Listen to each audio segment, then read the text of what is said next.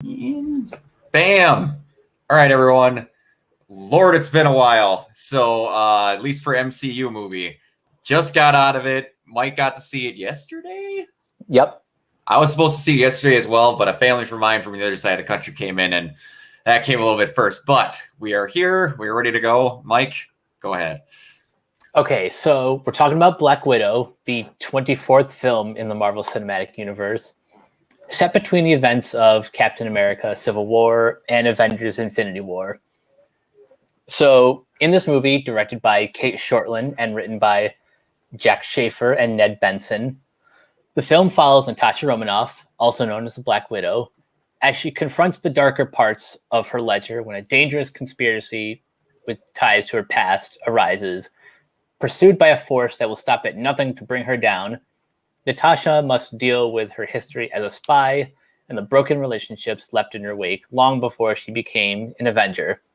So, the first thing I have to ask is, how did it feel seeing a Marvel movie in the theater for the first time in, 2 years? It felt awesome. Getting, I don't know if it played for you, but that really cool speech that Stan did, that they put that person sitting next to you is your brother, that one sitting next to you, that's your sister. That thing played before the movie came on. Lucky. And it felt so good. And they interchanged it with Gamora and all of their stuff. And dude, it felt so nice to be seeing a Marvel movie. It felt like being home again. And they showed the whole family lead up to the Fantastic Four thing, that whole promotional thing is what it was. And I leaned to my roommate after looking at all the dates of you realize there's going to be a Marvel movie every other month in 2022, right? Hell, He's yeah. Hell, that's the case in 2021. After this, Shang-Chi is in September. Then 2 months later, you got Eternals in November. And then 1 month later, it's Spider-Man No Way Home. Oh my gosh. It's just not going to stop. And then, don't worry, we'll get to the movie in a minute. And yes, we are talking all spoilers. Mm-hmm. But on top of the movies, we're in the middle of Loki. Yep. In August is Marvel's What If. And then later in the year, we have Hawkeye and Miss Marvel. And I don't know when She-Hulk premieres. That'll probably be next year. They're still filming that, aren't they? Yeah. Yeah.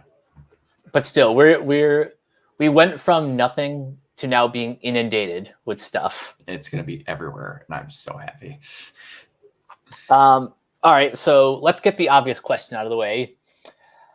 Do you think this movie should have happened well over a decade ago?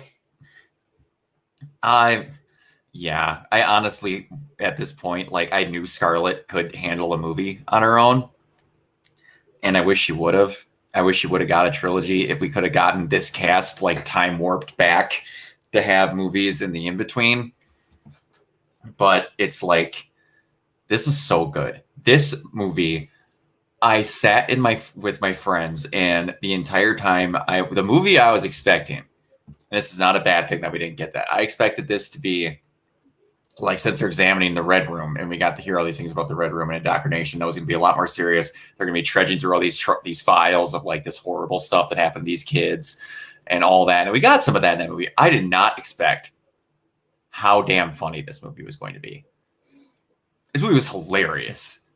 I think in terms of the balance between the humor and the serious stuff, because this movie does get pretty dark. Mm-hmm. It's in that Winter Soldier territory. Yeah, and the cuts as well. This had cuts normal Marvel movies don't do. When, even if there's going to be a big thing taking somebody out, there's generally a hint of it happening. When Taskmaster was going around in that truck, there was multiple moments where just out of nowhere a crash would happen. And it was weird how I was looking at it, because I'm that's not normally how those moments happen in Marvel movies. And when that copter goes down in St. Petersburg, it's little stuff like that. I'm this felt different. It felt Yeah, was it like I heard people say it's like a regular Marvel movie? I'm like, it didn't feel like a regular Marvel movie to me. At least not till the third act, but we'll get Yeah, there. yeah, but no, I wish we would have had this sooner, and I want another Black Widow movie. It may be with Yelena, but I want another movie where I get that family dynamic again. Sadly, Scarlet won't be there, but I want some Yeah, more family dynamic with that stuff because this might be the best supporting cast that a single hero got in a Marvel movie ever. yeah, I think I agree with that. It's awesome. Ah, One thing I really like about this movie is that, you know, aside from it being Scarlett Johansson's solo film, it really is a co-lead with her and Yelena. mhm. And for those of you who may be like exposed to Florence Pugh for the first time, she's great. Go back and watch some of her older films, particularly Little Women from 2019, Mhm. and Midsommar, which is also a 2019 film. Be prepared. That one's a doozy. Oh yeah, But but yeah. you got some similar stuff in that movie. Anyway, go ahead. But yeah, Florence Pugh is great. I think she and David Harbour as the Red Guardian are like two of my favorite things about this movie. I have to ask you because 9 times out of 10, when David Harbour is in a movie, he is some washed up or scraggly, overweight, just angry, older, kind of not giving a crap about his life kind of guy. This movie started and they showed Harbour with no beard, like the kempt hair and on the skinnier side. And I looked at him like, I have never seen him look like that in a movie or anything ever. It looked so weird. And for a hot second when he came on the screen, I'm like, who it? Oh, that's David Harbour. I think the last time I've seen him like, you know, that clean cut before was his minor bit in Suicide Squad. That's, oh wow. I forgot all about that. Right? I forgot all about that. It's such a minor role, but like this was like the same summer that Stranger Things debuted, so it stood out to me a little bit more. Yeah. Wow. That's blowing my mind. I forgot he was in Suicide Squad. But yeah, anyway, him as the Red Guardian, it was just, I told my friends that they were like, or sitting there talking to the movie, and they're like, he plays a stereotypical Russian. I'm like, yeah, but there's the difference when you do a stereotype. And they for the most part agree with me on this, because when you get a stereotype, you can either commit to it or just have it there for a couple of jokes, whatever, and then go away from it. Or you can go hard and just balls to the wall. This is what this is. And that's what they did. And it worked out better because like there was just no stopping the everything going on with it. Like when they're sitting there, they're just like going to town, Russian jail cell, playing freaking arm wrestling people while he's getting tattoos. He snaps that dude's forearm. I'm like, oh, that was so good. Then the line about his fights with Captain America. Oh. Yes, this is what I need. They're getting these abstract characters that even if you're a big Marvel fan, you might not have heard of. I had no freaking idea who the Red Guardian was until this movie. I think I was like vaguely familiar with him, but not to the extent of like Captain America and maybe some of his other Rose Gallery. Yeah, but it's just like, I want more of them. I want a TV show with this family, which they hinted at something else we'll get to later. But I I can't get over how this was not the movie I was expecting it to be. It's weird, but I was happy that I got what I got, but it was not what I was expecting. I know you said you were probably expecting more of the Red Room, but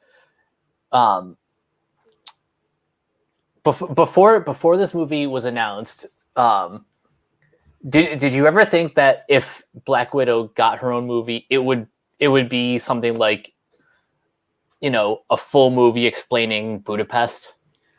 I kind of figured that, and I was like, okay, if she got a movie, it was going to end up being a Hawkeye and a Black Widow movie. It wasn't going to be just a Black Widow movie. And I knew there was no chance in hell Hawkeye was getting a movie, so I'm like, they'll just put them together.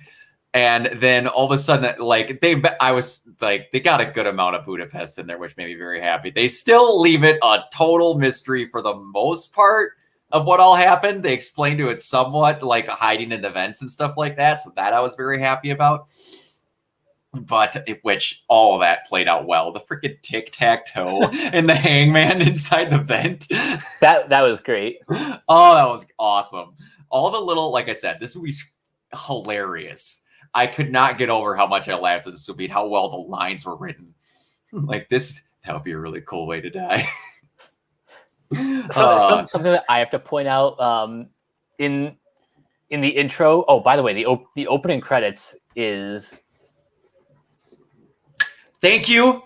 Go ahead. I have something to say on that, but go ahead. Yeah, we'll talk about the opening credits in a second. But what I was going to say was, like in the opening scene when we see Natasha and Yelena as kids, on the TV in the background, they're watching DuckTales. They are? The original, the one from the 80s.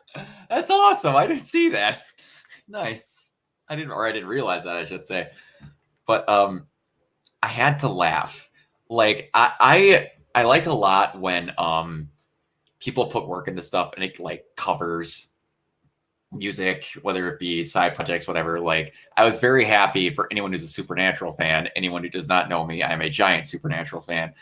The cover of Wayward Son that got into the end of that by these two people that always wanted to be in there got into the last episode, and it's over this big gut-wrenching thing of Sam living on his life after Dean had passed away, and he's just riding through the Impala. And then there's this cover of Smells Like Teen Spirit. And I've been listening to it for a while because I heard it for a Ruby AMV, animated music video. That don't know what that is. It's actually one of the first things I ever did in this channel, if you want to look back on there. Was it this version? It was this version I heard on the AMV. I did not make one myself, but I had heard this through a Ruby AMV. And I'm like, that smells like Teen Spirit. I'm like, that's so creepy, but I love it. And then I would show it to any of my friends that are more into music than I am, and they hated it. They're like, this bastardizes what it is. And I'm like, no, this sounds really good. It's like a completely different song. And then we're sitting in that theater after like a good year and a half of me listening to this, and no one likes it. And then all of a sudden that starts playing and I hear the music. I'm like, ah! And I'm like losing my mind, and my friends have no idea why. I'm like, this cover's amazing. I heard it on a random YouTube video and it's in Black Widow. That's so cool. I thought for a second that this was like a new version recorded for this movie, but the fact that it's been circulating for this long is just kind of awesome. Smells Like Teen Spirit cover. I have to why Black Widow Smells Like Teen Spirit cover works so well. But I have to remember exactly when that thing was recorded, because I think Epstein Up Anger.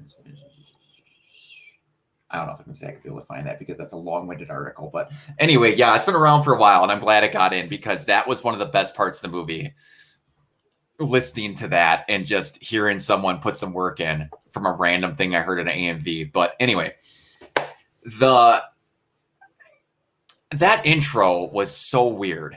That did not feel like a 2021 Marvel movie It was intro. it was a Bond. It was Marvel's equivalent to a Bond theme. Yeah. And like the intro, like the intro with the movie was their throw on a Bond theme. And then the intro before that felt like a mid 2000s like Marvel superhero movie. Like they don't do intros like that anymore, in my opinion. And I kind of miss that if I'm being honest. I do too. It felt different. And like you said, like then the Bond-esque theme with them showing all the freaking Red Room stuff and just it was small at first, give or take. Got a lot bigger because it's a Marvel movie. I do appreciate small scale stuff when they do get to do it. I appreciate it a lot. But yeah, it's great. Who outside of Yelena, because in my opinion that was going to be both of our answers, was your favorite like standout big performance? Even though there's not that many of them in there because they're all had a relatively small cast, which is one thing I appreciated as well. I can't remember his name, but the friend of Natasha who was like always like sleeping around. Yes. That guy was something else. And he was always good whenever CD was in the freaking radiator where they could like setting her up on the outside and the cool little hint to like the blonde that she got in there with that. He was good. The character's name, by the way, is Rick Mason, and he's played by O.T. Fagbany. Rick Mason. Did they ever say his name in the movie? I can't remember, if I'm being honest. Is that an actual MCU character? Yeah, he's a SHIELD agent. Oh, okay. Oh, by the way, I finally found the actual music video. It came out in 2016, so that thing's been around for a while. Oh, because that's at least when the AMV was made. I don't know how long it's been on, but anyway, I want to make sure that I found that. So it's, but yeah, make sure you put that in the description. This I will. Oh yeah, absolutely. It's awesome. But so yeah, the little idiot, like again, another character I've never heard of, Rick Mason, random SHIELD agent. Okay, he got to be in there for a little bit because after a while, like again, this is going to be 10 years from now when they have their whole arc of whatever's going on, which is starting to smell a lot like Kang the Conqueror. They're going to need to start diving into some stuff. And they're doing that already with like Shang-Chi and the Eternals. We're getting to see everybody. But yeah, it's this, like Ant-Man had a bigger cast than this. Yeah. This is such a small casted movie, but I think that's what helps. Because it wanted you to love who these characters were.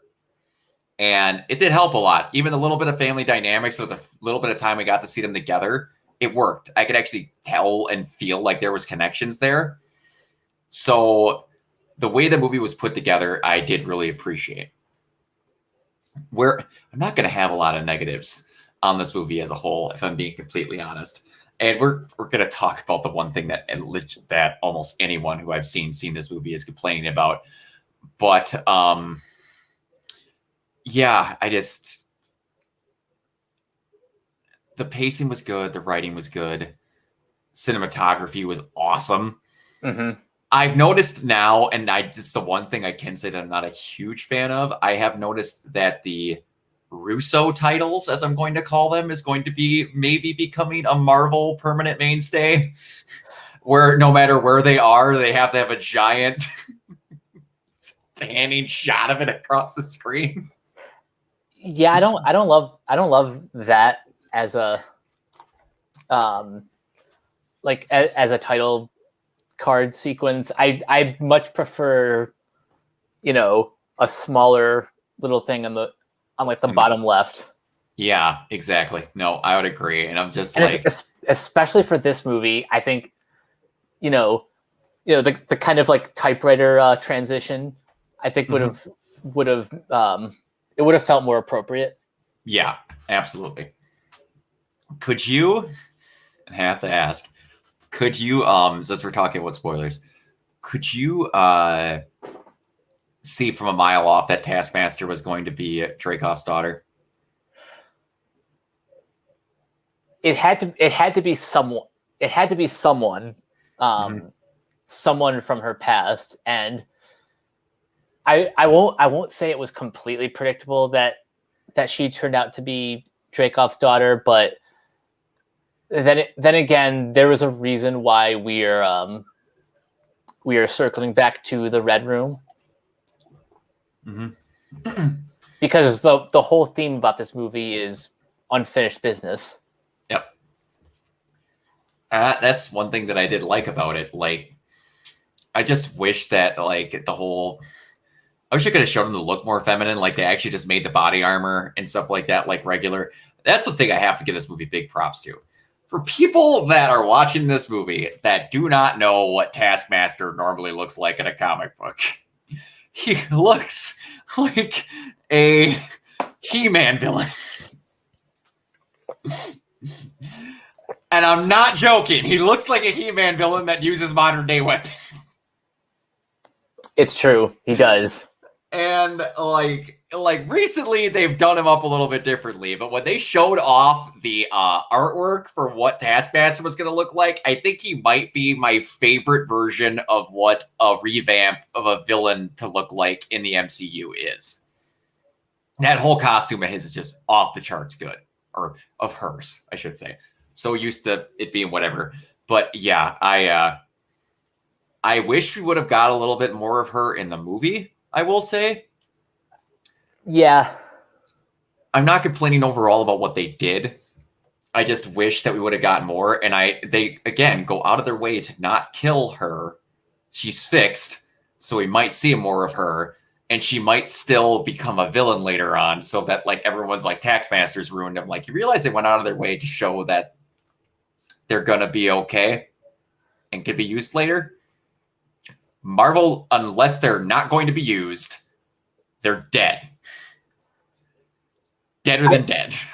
I think on a general comic book movie standpoint, I'm liking this trend of not killing your villains, Mhm. because it actually resembles traditional comic book storytelling Yep. of having recurring villains, and B, it's just more interesting, like um, you know, to see them return, and even in like smaller capacities. Mhm. Like imagine if Loki died at the end of the first Thor, or even the Avengers. You wouldn't have one of the best characters in the world now, and probably the best Disney Plus show they've ever had. Hopefully, they stick the landing. Hopefully, God, man, I'm hoping because there's some setup going on there. But man, it's good because it's like again, like we saw Ross in this one again, and like a couple of my friends hadn't seen the latest Shang-Chi trailer until this. And then all of a sudden I'm like, hey guys, they finally acknowledged the Edward Norton Hulk movie again, like outside of Ross. Because that's still the biggest thing where everyone just flat out denies that that movie exists, that it's an MCU movie. It is. And then they're just like, no, they just got Ross to be whatever. And then when freaking Abomination is in the trailer fighting Wong, I'm like, guys, that's Abomination. Yeah, he's right there. He's right there. And that's like another thing with not killing villains.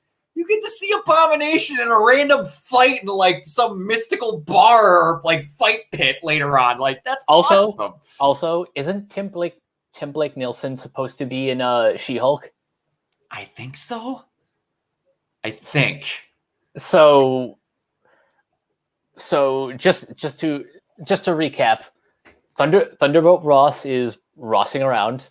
Mm-hmm. We've got Abomination fighting Wong, and we could be seeing Leader.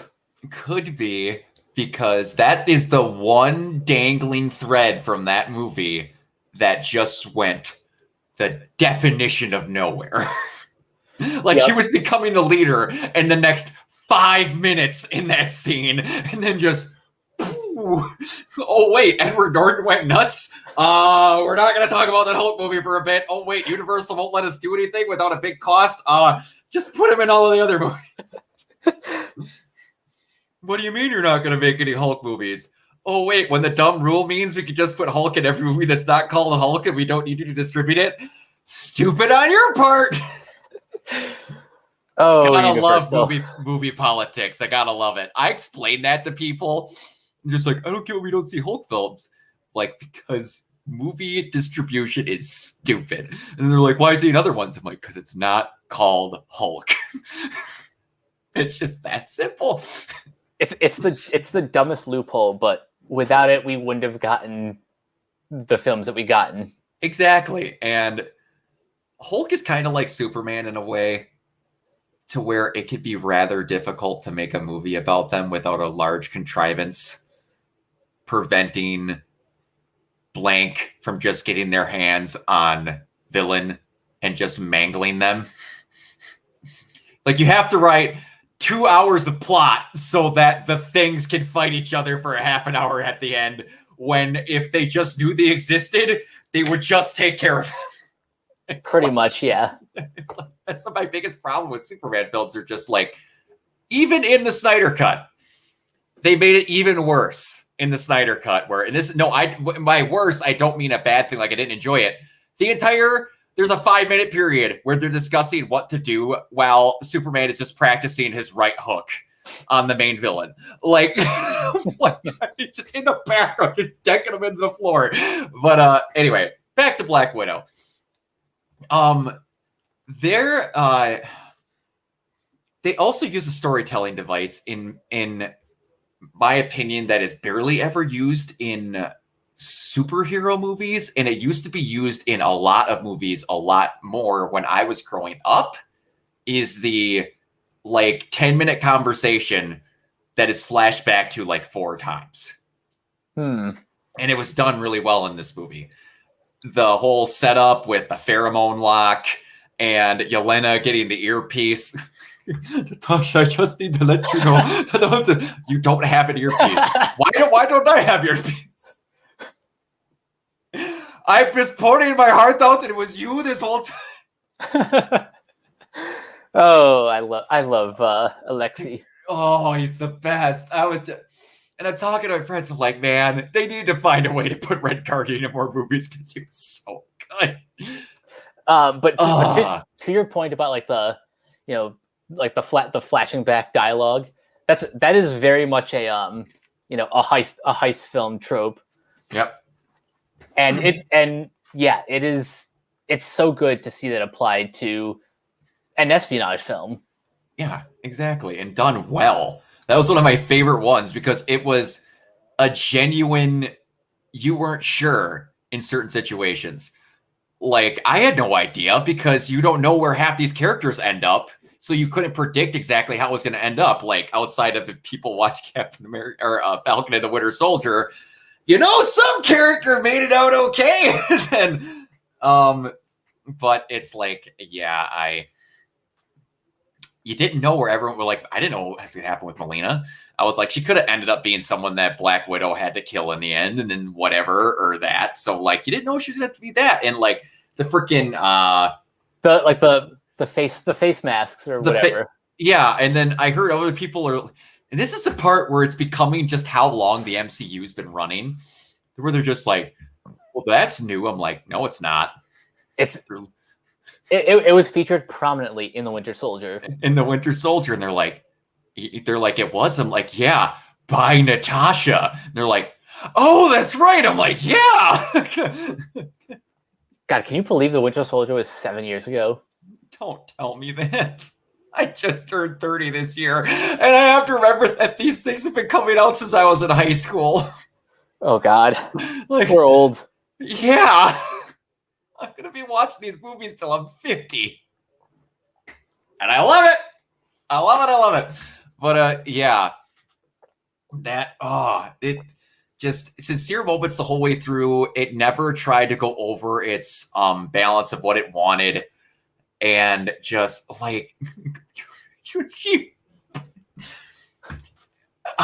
like they always had a clever way to get around something, which I appreciated. It was always like they had a plan and then they subverted it somehow. It reminded me a lot of Boondock Saints, if I'm being perfectly honest. Like they had a plan and it just never went course. Like he was hoping she would break her nose and all this stuff and all that, and then she's just like, nope, didn't sever the nerve, and then just boom, smashes her head on the desk.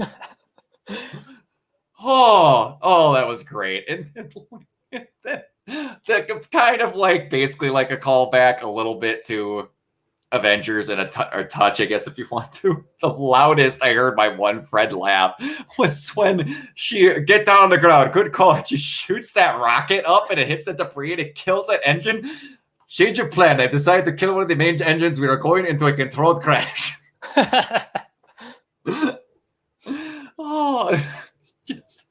It was chaos. The whole movie it's supposed to be this tight-knit espionage film that had an exact plan, and it was just sheer total chaos the whole way through. Also, I think Natasha, what we're going through in this movie, gets her ass beat. So she takes so much damage throughout this whole movie. Yeah. Holy crap. I wasn't expecting that, how much they were going to put her through, but it was good. They showed that she's actually tough. It could take a lot in the fight, and like they did it through cool ideas and fight scenes, and it was well done. Do you have more positives to talk about before we basically talk about the only slight negative that we mentioned a little bit? I just want to give a shout out to the second unit director. Let me see. Darren Prescott, who worked on Baby Driver and Deadpool 2 and a couple other big action movies. I think his work here was really good. Oh yeah. And speaking of just like your director on Deadpool 2 makes a lot of sense with the way that some of these scenes were shot. Only real negative I have is that how little we got to see Taskmaster. And we talked about that already. Now, a lot of our friends, if you're not seeing on Facebook, are not happy whatsoever with how Taskmaster was handled. Do you wish that there would have been, what do I want to say, more to it? Because people that don't know, Taskmaster in comics has had moments where he's soloed an entire team of like superheroes and been really good with that, and like just basically unstoppable. And like the only person Taskmaster's openly said that he hates fighting is Deadpool because he has no recognizable fighting style and he can't copy him. And it's like, with a couple of people that I've talked with about this, I was like, and Thanos also kept Hulk as his personal pet at one point. That didn't happen. And there's been a couple other things where Hulk just came back from Planet Hulk and whooped literally everyone until Sentry got a hold of him. And I'm just like, things don't need to work out the same way. And I get like, I don't think, I'm being perfectly honest with you, if we would have got this Black Widow movie, that we would have ended up even seeing Taskmaster in a big movie. So you're thinking putting Taskmaster in Black Widow is like the substitute for seeing him in, say, an Avengers movie? No, I don't think we'd ever see him in an Avengers movie. Actually, yeah, no, I kind of agree with that. I think we're never going to see, street level villains fighting the Avengers. I think I don't know if I necessarily agree with everything people are saying negatively about Taskmaster. But I do understand to some extent where they're coming from, because to my understanding in the comics, he is like kind of an egomaniac because of his abilities. Yep. And I feel like general comic book audiences, not necessarily like hardcore Marvel fans, kind of assume that like Taskmaster is Marvel's version of Deathstroke. Yeah. So they kind of wanted, like, I can see them wanting like that character in the MCU. Mm-hmm. And I also say this.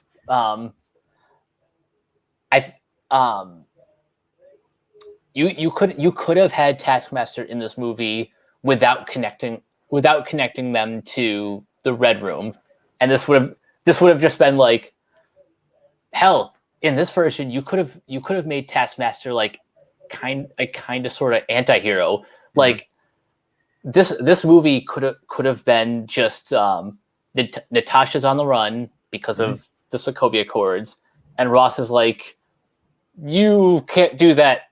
And then he sends Taskmaster to, mm-hmm. Pretty much retrieve her. Yep. That's kind of what I thought the movie was going to be, if I'm being perfectly honest, from the trailers. Yeah, like the whole Red Room angle, it adds a little bit more depth to the whole, tying up loose ends, no longer running from your past, all that stuff. Mm-hmm. But without it, if the movie was just like a conflict between her and Taskmaster, that would have been just as compelling.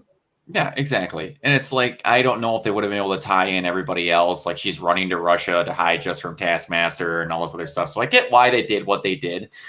And they wanted to make it a deep-rooted family film. I get that. It's fine. And it's like, what I could see is if something happens with her, and what I was meaning when I said what I said about like the level of stuff. If we would not have seen Taskmaster in this movie, he would have been the head villain in a Marvel TV show. Ooh, I like that. That's why I was saying like his cap level was going to be here. Okay. This was the most you were going to see. But if he didn't, you would not have seen him in a movie. He would have been in something like if they make a Black Widow thing with Yelena, and then Taskmaster shows up in that. I like that. Exactly. I like that a lot. Exactly. So that's why people are like, he's not kicking the shit out of the Avengers. I'm like, because they're not. You get to the point in these movies where you're actually seeing these, and it doesn't look as good on screen as it does on paper. It doesn't make as much sense. It sometimes things don't translate well. And I had a feeling that like, oh, he knows how to do whatever. I'm like, cool. You could have someone shoot him from a distance. He doesn't photogenic realize how to get sniped in the head. And then there would have been something really stupid as a contrivance to take care of him. That's what happens when you put those things onto screen sometimes, versus if you have something like this, like what I mentioned, you could end up making it something like that. Or Taskmaster could be in the Hawkeye TV show, which is teased at the end of this film in the end credit scene. All right, so we're going there. Yeah. So for people that don't know, they're making a Hawkeye film, and they're making one that's going to be centered around Hawkeye and Kate Bishop. If you do what I think they're going to do, and I want to say it's Matt Fraction, but I could be wrong. It is Matt Fraction. Matt Fraction made a run of comics where like Clint and Kate took on like Russian gangsters just living in a street apartment. Now you have a Russian going after Kate and Clint. This is matching up a little too well here. Okay. Now I have some questions that I've kind of been dying to talk about with someone. Okay, so to set up the post-credit scene, Yelena is visiting Natasha's grave. she even brings like one of her, stuffed teddy bears or whatever. Yep. Then she meets up with Valentina. I forgot she had an MCU role. Yeah. No, this was supposed to be the first time we saw her. I know. She shows up on screen and I'm like, oh yeah, duh. And anyway, so my question is, do you think Yelena was snapped or no? Because why else would she believe that Hawkeye is responsible for Natasha's death? Which isn't necessarily wrong, but it's not entirely accurate. Well, whether she snapped or not, in my opinion, she's not talking, or in my opinion, has open lines of communication with anyone in the Avengers. Fair enough. So outside of finding out that she died, which I don't know when that information would have went public, which would have been a good chunk of time, I would imagine, after Endgame, when everyone's back anyway. Yeah. So if she got snapped or not, which we probably won't find out until if someone mentions anything, if we find out at all, I don't think that would have hindered her finding out, because she probably had to do some digging to find out that we don't know the manner in which Natasha was even buried, because they don't even talk about it in Endgame. You only see Tony, and they obviously didn't bury a body, so that she just has a gravestone where now I'm thinking in my head. Okay, hold on here. Hold on. So only Natasha, and I don't think she ever told Yelena this, would subsequently know where Natasha's mom was buried under a tree with pink lilies. Okay. The Avengers wouldn't know that. Now, this might just be a scene in the movie that did whatever, but I'm thinking in my head now that maybe she didn't get a grave done by the Avengers, and Yelena made her one. I feel like that's the case, because where that grave was planted is too specific for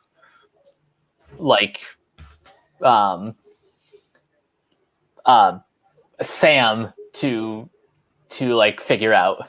Yeah, and also it says sister on it. The Avengers don't know she has a family. Yeah, so that had to be her. That had to be her. So yeah, she has no idea what happened. She probably just found out from Valentina that she died, and then Valentina went, "Hey, we want you to kill Clint because we're gonna lie to you and tell you that he was the one that killed Black Widow because you got told once that they have a history."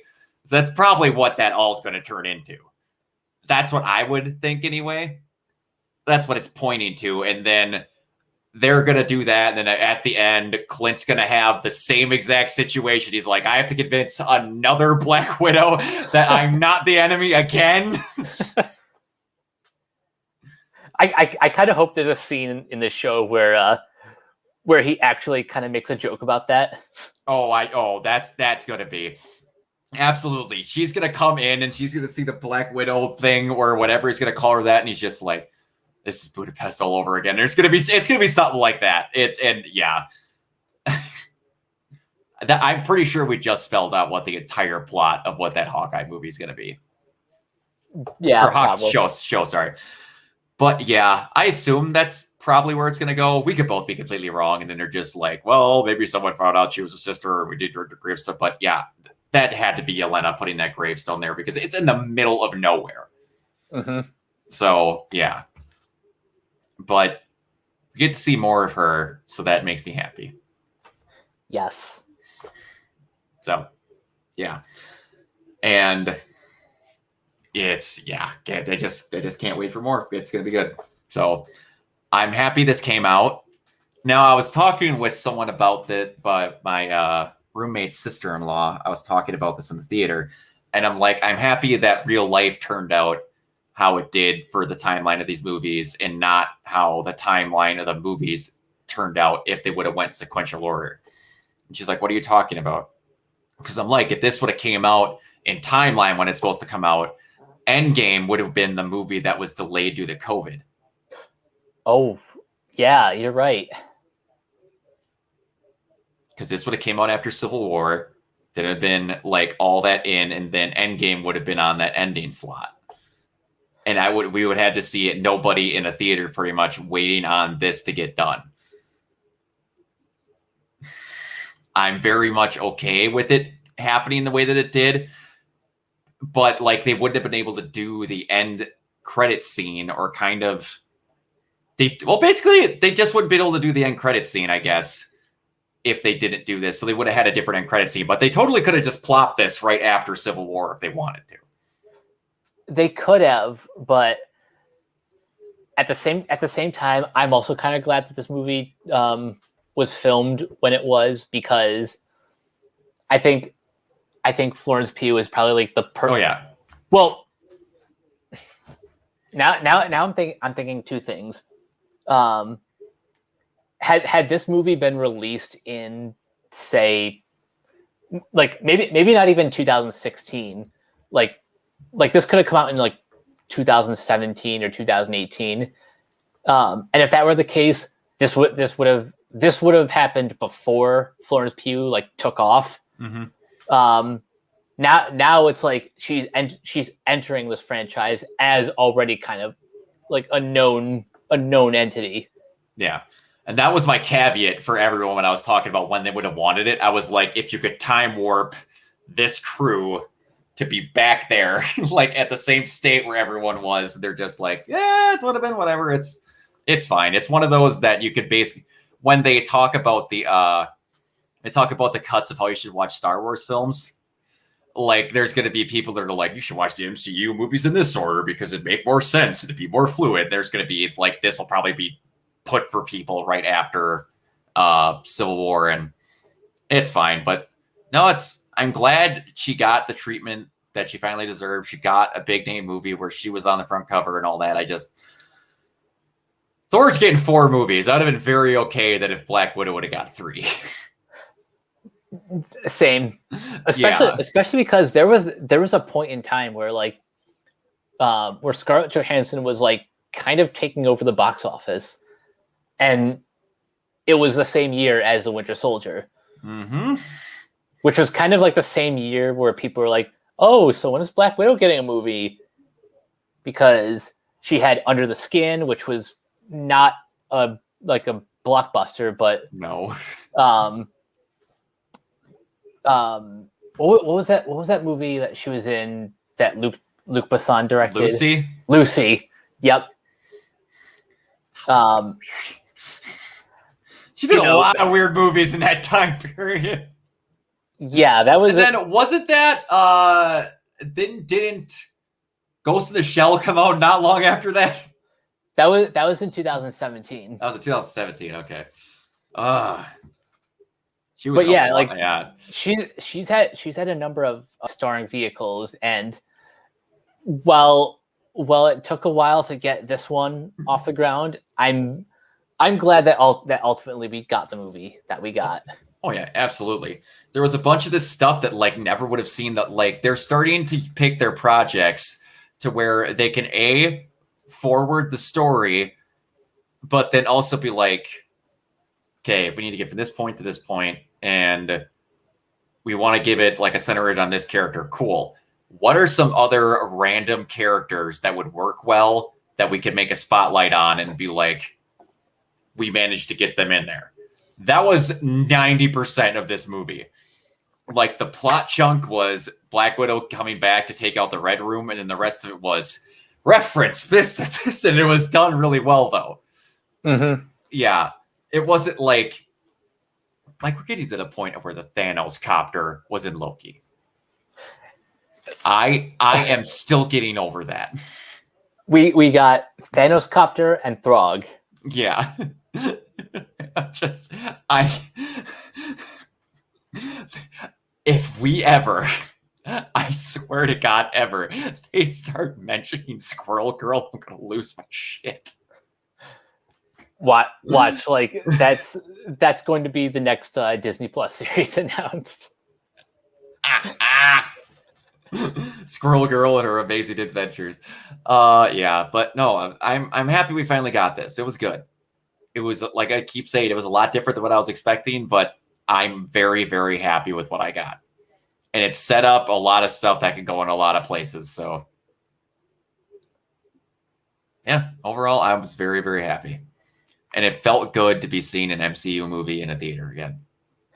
Yeah, it just felt good to be like in a packed theater again. Mm-hmm.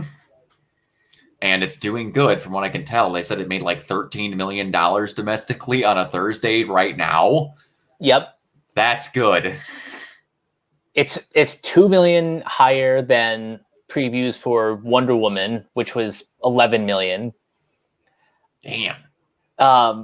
Which I think is probably the most impressive part of the narrative, because it's also made more in its Thursday night than a lot of other movies have made, like during the pandemic, in their entire weekend. Yeah, they said that if it does as well as some people are projecting, that it might overtake Fast 9, which, man, I hope so. Because I'm telling you, with the amount of Dom in my Facebook timeline, I'm beyond sick of Fast and Furious. That's just me. I live in a town where Fast and Furious is everywhere, and every kid wishes they were Dom Toretto, but it's fine. I would like to see this thing do good. I want to see the world get back to normal, and it's getting there slowly, touch by touch. So, yeah. We got a lot of good stuff coming. Oh, I cannot wait. I cannot wait. And every time I keep saying it, is just like there is that carrot at the end of the stick that I'm waiting on for them to start dropping stuff to, and it's that Fantastic Four film. We're getting there ever so slowly. We're getting there ever so slowly. And my buddy Danny and my roommate's brother is, every time he sees the thing come up that they're finally making a Fantastic Four movie, he's like, they literally cannot afford to screw up Doctor Doom. Like, no, they can't. Because there's been good stuff in each one of those Fantastic Four movies, but Doom has always been trash. Mm-hmm. And Doom could be their Loki to take over when they're done using Loki. Like that level of mischievous. And even then, I don't know when they'll even be done with Loki. I don't know either. But like seeing someone like with the written personality and the charisma of like a Tom Hiddleston pulling off Loki, possibly being in the same room as someone with that same level pulling off Doom, is a spicy meatball. So, man, that just like, give or take my fan casting, I wanted John Krasinski and Emily Blunt to be Mr. Fantastic and Invisible Woman, and that's not going to happen. Unfortunately. Oh boy, does Emily Blunt not care about being in a Marvel movie or any super movie at this point, which is oddly enough that came out right around when Black Widow's coming out, because she was the initial casting for Black Widow. Yeah, but no, I was very happy. Go see it. It's well worth it. You're going to see a lot more of Yelena. Because Florence is great. I'm glad she got this role. She knocked it out of the freaking park. And there just needs to be more of it. I just hope to God that we see more of Red Guardian somehow. I don't know how, but I hope. Yeah, if there were two things I want to come from this movie, some sort of Red Guardian series, or just like sprinkle him in as many MCU movies or shows as possible. And also, just if you're going to turn Black Widow into like a film trilogy, then Florence Pugh can headline like anything. Oh yeah, I would gladly see another Black Widow movie if Florence was at the top of it. Absolutely. Like she could carry the next two. If she's going to end up being like an actual, like they're going to anthology the character and have her continue being Black Widow, I'd be very, very okay with that. I think that is the plan, because why else do you get an actress as young as Florence to basically carry the mantle? Yeah, they got a freaking megastar waiting to go with her, so they need to just, and they will be, because I think they realize how much people love her in this role and how well she was handled. So yeah, they got a good spot going there. But yeah, I think me and Mike can both agree we had a great time. It's great to have the MCU back again, and yeah, let's go see it. That's all I really got to say. It's awesome. Everyone was casted well. It was done great. In the end, the main guy, Draco, was kind of Dracoff. Am I saying that wrong? Is it Dracoff? Yeah, Dracoff. Dracoff was kind of bleh, but you were more behind the organization versus the guy who did it, kind of thing. Yeah, he was really just the face for the organization. Yeah, exactly. So it is what it is. But yeah, I had a good time. And I assume you don't really. I don't know if you have any final thoughts on. My final thoughts is just go see the movie. If it's playing in the theater near you and you feel comfortable going, then see it in the theater. If not, you have the option to watch it on Disney Plus with the premium access. But honestly, I would just make the effort and see this in a theater. Oh yeah, absolutely. Yeah, go see it in theater. It's well worth it. It's awesome. But yeah, me and Mike just keep going about how much we like the movie. So we're gonna get on out of here. Mike, where can everybody find you? So you guys can find me on Twitter at Captain K42. Check out my quick thoughts on letterboxd.com/CoachK42. Find me in all the various Facebook groups just at my name. You can check out Renegade Pop Culture on Facebook and Twitter at Ren Pop Culture. You can also rate us on Podchaser. Listen to all of our podcasts on Anchor, Spotify, Apple Podcasts, wherever you listen. And last but not least, everything can be found at renegadepopculture.com. Need an escape? So do we. Yes, and you can find me everywhere at Organoid Zero, streaming on the Renegade Pop Culture podcast, and kind of all over. I do a lot of random stuff. I might go back to making some random Ruby content again.